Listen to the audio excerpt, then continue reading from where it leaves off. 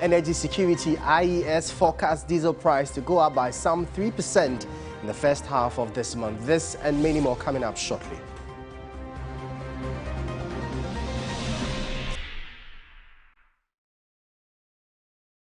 Hello there, good evening and welcome to Business Brief here on TV3. My name is Michael Obodu. Straight into our headline, as Institute for Energy Security IES has projected diesel price to go up by some 3% in the first pricing window of this month, which kick-started yesterday. Prices of fuel products are also expected to increase. This will mean price of LPG will see an upward adjustment for a third time running.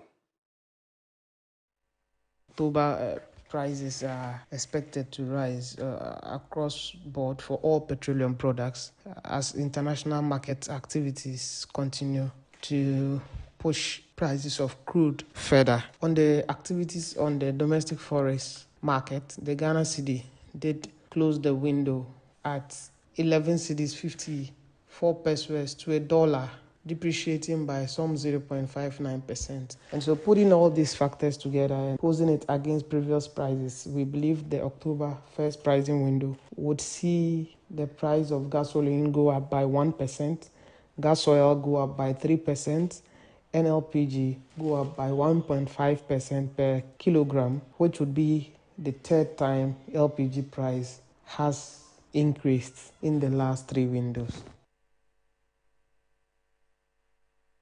The Ghana Export Promotion Authority, GEPA, says it is working to make Ghana the 5th largest producer and processor of coconut in the world.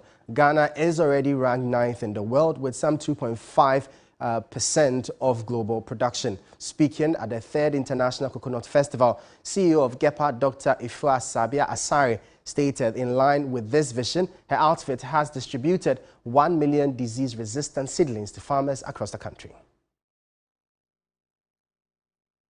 The vision of GEPA's Coconut Intervention Program since 2017 is to make Ghana at least 5th globally in the production and export of coconut products. And it is in this light that we launched the Coconut Revitalization Intervention some 6 years ago with a clear objective of reviving the then ailing coconut industry to improve the supply capacity of the value chain, having realized the growing demand for coconut globally.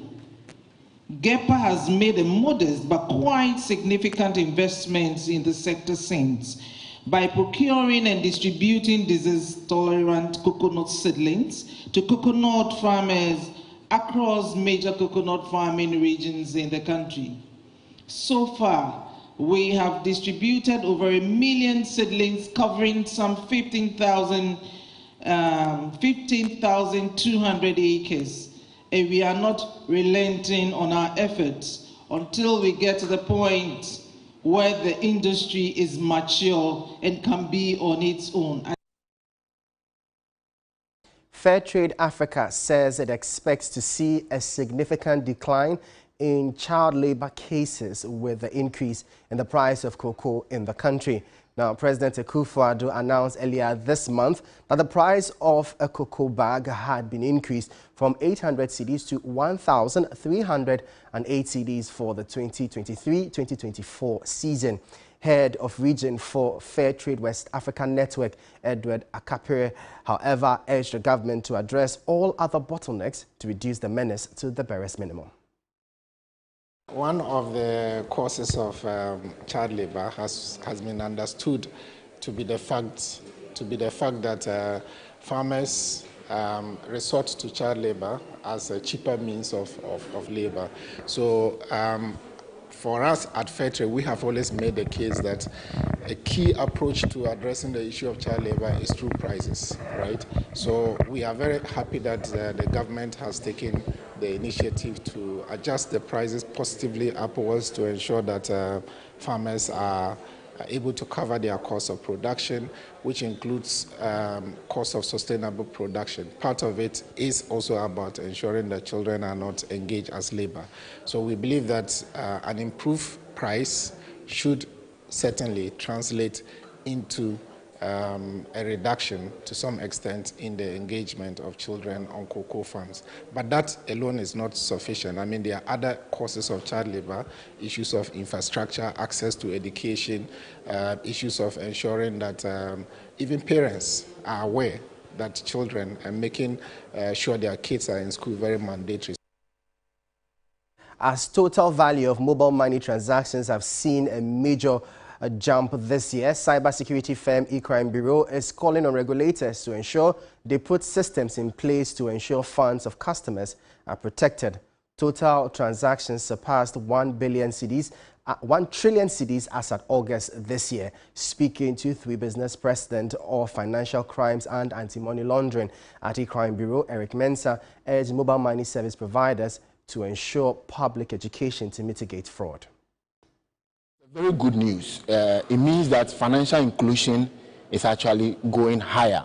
And like we have seen MTN Mobile Money Limited emulate, other agencies should also do same by collaborating. Right. Now, aside from that, we also advise that in terms of the regulatory organization should ensure that the appropriate technical and organizational measures are put in place to be able to, protect the citizens who use these services or who use their product. Then also, most importantly, the customer awareness.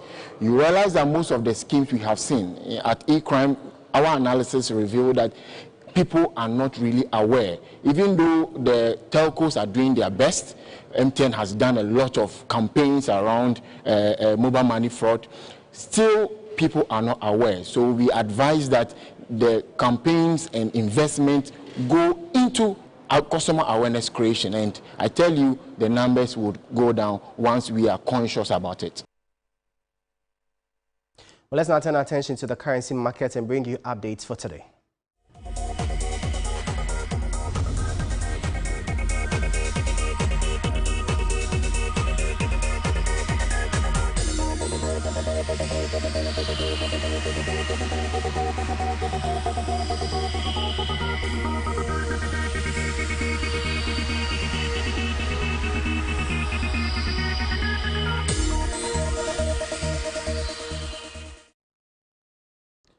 From currency, we turn our attention to the commodities market to bring you updates from today. Cocoa is up by $97 Australian at $3,515 per ton.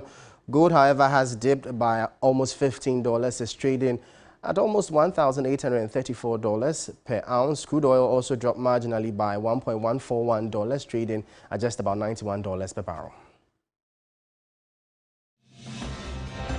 Well, that'll be all for today's edition of Business Brief. For more business stories, our website 3news.com is there for you. My name is Michael Obodu. Thank you for watching. Later today, Business Focus is at 6 p.m. Thank you. Bye.